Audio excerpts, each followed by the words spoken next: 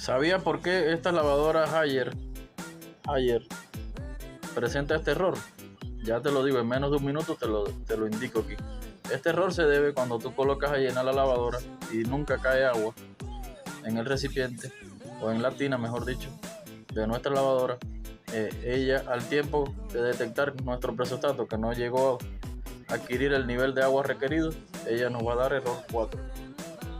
Así que no te alarmes, porque puede ser un problema de el flujo de agua en tu residencia, o puede ser un problema de que ella no se está llenando al tiempo requerido.